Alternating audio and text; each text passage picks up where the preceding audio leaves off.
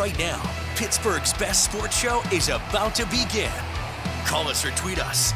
We've got things to talk about on the Ireland Contracting Nightly Sports Call. All right, thanks a lot, Josh, and thank you for tuning into the Ireland Contracting Nightly Sports Call. Rich Walsh. I'll be joined by Brian Batko in a matter of moments. And give us a call tonight. There he is, 412-575-2600 is the number. We can talk about the Buccos. Not a lot going on right now this time of the year, but the Buccos are in spring training. Connor Griffin is the big story down there, along with Paul Skeens. And I guess the biggest story would be, it seems like a lot of fans want to see Connor Griffin in a Pirates uniform on opening day. I say go for it. He doesn't have to play in AAA for me. He's hit at every single level. He's the #1 prospect in baseball. Give him a shot. In fact, I would go out and sign him to a deal to keep him here. You screwed up with Paul Skeens by not doing that. Do it with Connor Griffin. Take a gamble. What do you got to lose? Yeah, we don't know for sure, I guess, whether Skeens would have been down with that idea, but I hear you. Maybe when he was just drafted, if they would have said, hey, here's $150 million for 7 years. Yeah. I mean, that's kind of one of the ways that you have to go as a small market team sometimes to try to get ahead of the curve. Speaking of the curve, yes, Connor Griffin tore it up with the Altoona curve. Hasn't even hit for the Indians yet, but I think you're right, Rich. I think this story will be one of those Pittsburgh sports debates that is a gift that keeps on giving for us, the radio shows, all of that. Our Pirates beat writers at the Post-Gazette, Jason Mackey and Colin Beasley. It'll be Connor Griffin fever this spring training. And I kind of look at it like this. I mean, I would say let's let it play out, kind of like Donnie Kelly said in your segment there before we started with the sports call. Let it play out a little bit. Let's see how he looks in spring training. But I would lean on the side of, if he looks the part, if he looks ready, why wait? Why waste this precious time that you've got Skeens up here? You want to try to do everything you can to make a push while you have the best pitcher in baseball, right? And I think it's because everyone's impatient with the Pirates, and I feel too, because I grew up a Pirates fan, as I'm sure you did too. I think the free agency acquisitions this year maybe take that impatience or, I guess, skepticism down a little bit, maybe a peg or two. I think a little bit. They had to do something. I like what they did, but I'm not jumping up and down and doing jumping jacks and saying they're going to be a 90-win team. I'm not there yet. They were just so bad offensively last year, but the fact that they added a couple bats and they got a couple young guys potentially, I still want to see someone in the bullpen, maybe another left-hander at some point there. But, things, it'll play out in spring training, but I think a lot of fans feel like me. I mean, I'm afraid apathy is setting in with this fan base, and they just don't think anything's going to happen. So if they would go out of their comfort zone and sign this guy, or at least put him on the opening day roster, I think that might comfort some fans. And they're like, okay, maybe they're doing things a little bit different now. Well, maybe it's just spring training and, hope literally springs eternal right now. But I don't know that there's apathy just because of the Skeens effect, and at least right now, while he's in sight and in mind rather than being out of sight, out of mind if he's back down in the minors, come next month at some point. But I think Connor Griffin excitement is really high. So, yeah, I mean, I get what you're saying. I think you want to seize upon it if you think he's ready. Obviously, the flip side of the argument is going to be all the contractual things and years of team control that have come into play with all of the big-time prospects that we've seen over the years, really the last decade and change, various guys that come to mind. But you also, I think you want to make sure that you don't bring him up too early because he is still a young guy. You don't want him getting in his own head if there are some struggles out of the gate. But, hey, that's a good problem to have and worry about when you have the #1 prospect in the game. Yeah, I mean, obviously, the Pirates still have fans. We all know that, and I'm sure they're going to come close to selling out every time Paul Skeens takes the mounds. But what I think fans are realizing, you only have this window for Paul Skeens, and they blew 2 years of it, basically, by not making any additions. And look what they did last year. They fell flat on their face, and it was even worse than the year before. And they didn't do anything, and they refused to admit that they didn't do anything. And it's just, I hate the rhetoric by Ben Cherington. I don't like the excuses. I want more transparency. We don't get them for the Pirates, but I'm glad.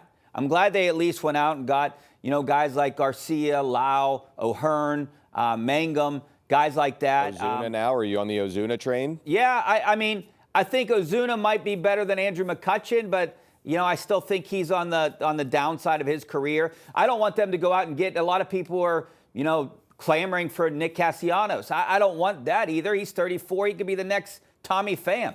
Although Tommy Pham did play better at the end of the year when it didn't matter. Yeah, I hear you, Rich. No, I mean, I think that was my point. Is you don't want Connor Griffin and Paul Skeens to be ships passing in the night here, as far as being big name Pirates. You know, if there's a scenario that plays out where you're super conservative with Griffin and you don't have a sense of urgency with getting him up to the majors, then you risk, all right, now Skeens is gone and signing for a record deal somewhere else, and you've got Griffin raking, but now you're looking for that true ace pitcher. That's not where you want to be if you're a team like the Pirates. Yeah, and then you're going to be losing him 3 years later or whatever it might be. All right, now to our Penn West University question of the night. Just scan that QR code on the right-hand corner of your screen. What do you think here? This is a good one. Which would you rather win, an Olympic gold medal or a Stanley Cup? We know that Sidney Crosby said Stanley Cup, but, I mean, I'd throw anything into that category. Olympic gold medal, Stanley Cup, you could say Super Bowl, World Series, whatever it is. Where do you fall in this? I mean, I grew up in the era where the Olympics, I think, meant a lot more. They were more important than they are. Well, I don't want to say that they were more important. I think I remember as a kid, we were glued to our TV with the Olympics. I don't think that happens anymore. I think the competitive nature of pro sports and the fandom within it has grown, Rich. I think that probably speaks to what you mean. And it's not like the Olympics are no longer important, but people live and die with their teams, you know, maybe more than they did back then. And people are more impatient. You know, we see that manifest in social media all the time, right? So I just think it's become such big business, even from, you know, the 70s and 80s, even 90s till now, that there's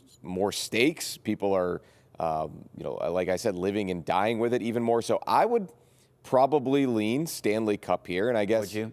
Yeah, I mean, the storyline today was what? Sidney Crosby said. Well, he won both. So, right, but he doesn't have to choose. He doesn't. But, you know, I think if you ask a lot of players, you might get different answers. But I think if you ask fans, I think people would take a more parochial view of it and say, I want my team having the parade down Main Street and celebrating it and buying up the gear. That's a moment that you'll never turn in. And there's only, you know, 30-some fan bases that get a chance, or 32 in the NFL or whatever.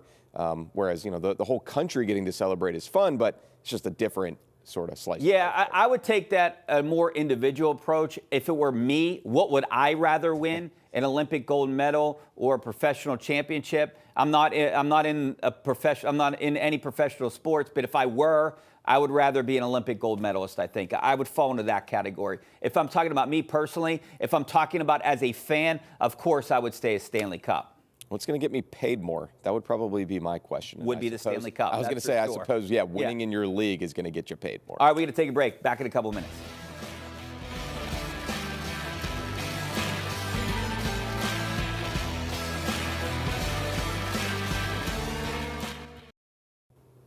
All right, welcome back to the Ireland Contracting Nightly Sports Coverage. Walsh along with Brian Batko tonight. This is our tweet of the night.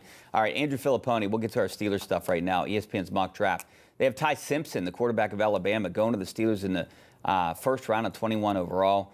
And you can see what they said about him. This Pony tweeted this a little bit earlier today. I would hate this pick, Brian. It's rough, Rick. I mean, not that they don't need a quarterback. Let's just assume Aaron Rodgers is coming back. I think they need to address other positions specifically this year because that quarterback might not be there at 21, like receiver or maybe safety or something like that. I think reaching for a quarterback at 21, we saw what happened a few years ago. It didn't work out. Yeah, I would preface this with saying it's a new era, it's a new age of Steelers football with Mike McCarthy as the head coach replacing Mike Tomlin, an offensive-minded guy. They bring him in to be the quarterback developer. So I think the conversation changes a little from when Tomlin was calling the shots. And you have to trust McCarthy implicitly if you're Art Rooney II and Omar Khan. When it comes to identifying the right quarterback for the long term, your guy for the future, McCarthy should know what he's looking at in the scouting process. He should know what he can work with. He should know what he can improve in this guy's game and how he's going to fit into his offense, his system, and his scheme. All that said, independent of that, I'm completely with you, and I guess I'm completely with Andrew Filipponi that this would just feel too similar to 2022, where, that draft didn't even have a Fernando Mendoza at the top. No. It was just, yes, sure, in theory, a franchise quarterback maybe at 21 is good value, but that guy's probably there for a reason, and you don't want to be reaching when you just did it a few years ago. I'd let another team be the one that takes a chance on Ty Simpson in the teens or the 20s. I'm anxious to talk to McCarthy at the Combine. We're going in a couple weeks. And, he's finally getting settled and getting his feet wet and everything. And Staff's finalized. Yeah. Do you think that, he had a Dak Prescott who was a mid-round draft pick, and I know he didn't draft him. Do you think he's the QB whisperer? Do you think there's anyone out there? I know some people are speculating Drew Aller. I don't know if I want that. I think Will Howard maybe is better than Aller. I mean, I don't know if there's a guy out there you take a chance on. Nussmeier maybe in a mid-round. There's some connections with McCarthy and his dad. How would you feel about a third or a fourth round pick with maybe a guy like that? That's what my appetite would be for it. I think they have such a plethora of picks now. Omar Khan might start working his magic and moving up the board or moving stuff into next year if he can. But I think right now, with all the projected compensatory picks and what they got for the George Pickens trade, I mean, you're not going to have that many guys make the roster, more than likely. I mean, I'm all for a youth infusion of talent for this team, but expecting 11 or 12 rookies to make it's just, you're going to end up wasting some resources that way. So I would look at it as, I think quarterback-wise, I start to get talked into it day 3. Take a flyer on someone, get kind of the best of the rest, whoever's left, which is essentially what they did last year with Will Howard, right, when he was lasting all the way till the 6th round. And McCarthy's already given him a little nod of confidence, as has the team president since the end of last season. It's funny. When they hired McCarthy, I went back and watched some of when the Cowboys were on Hard Knocks, and I think it was 2021. And there was a scene of him talking about Western PA native Ben DiNucci. Now, he was a 7th rounder, but McCarthy was trying to convince Jerry Jones and Stephen Jones in the front office that he doesn't like giving up on quarterbacks too soon. So I sort of kept that under my hat, and we'll move forward with that right now with Will Howard, and certainly if they draft somebody here coming up in April. All right, let's hit the phone lines. We got Kevin out in Washington. How you doing, Kevin? Yeah. Hey, not too bad. How are you? Good. Thanks for calling. I just wanted to ask about what do you think about if you think that Rodgers is really going to come back and play again? I do. I think it's going to happen, and that adds to this dilemma, because if he does come back and they draft a quarterback, they take a flyer. Now you have 4 quarterbacks. Essentially, Aaron Rodgers is going to be your guy. Then you have 3 guys that you drafted. Who's the odd man out? Mason Rudolph? I think he's your best option if you're going to want to win. So you're not going to give up on Will Howard, and you're obviously not going to give up on a guy that you drafted in the 4th to 7th round. And somebody might be picking up the phone right now, Rich, to call and say, well, why don't you trade Mason Rudolph in that scenario?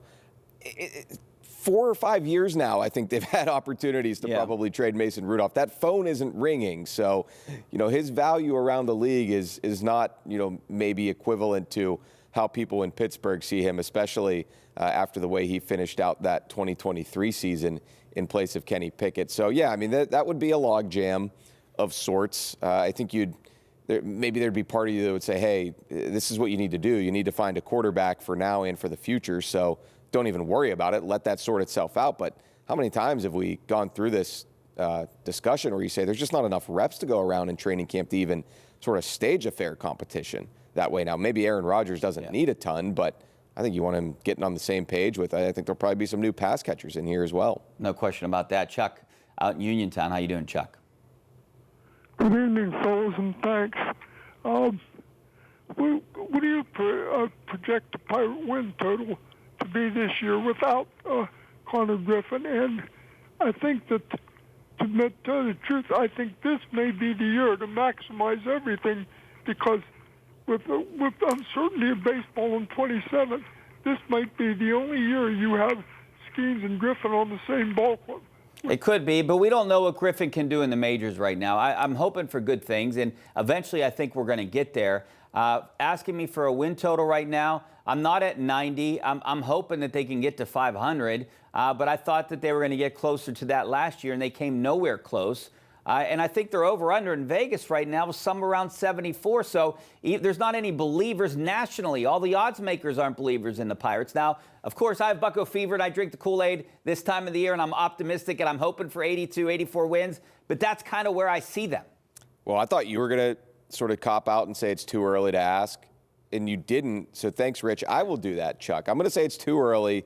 I'll take a rain check. I'll be on the sports call again before opening day. It's really no different if you ask me about the Steelers. I'd probably want to wait till, the week before week 1, come out of training camp and see what they've got. Yeah. I mean, they don't even have a quarterback yet for the Steelers. But yeah, we don't know who. They still got to find a third baseman, in my opinion. We don't know if Connor Griffin's going to play. We don't know if they're going to get another bullpen arm or another starter. So there's still some question marks with this team. But as it is right now, I'm saying this is a 500 ball club. That's what I think. All right, we're going to take a break. Back to wrap things up and maybe take more of your phone calls coming up next. Stay right there.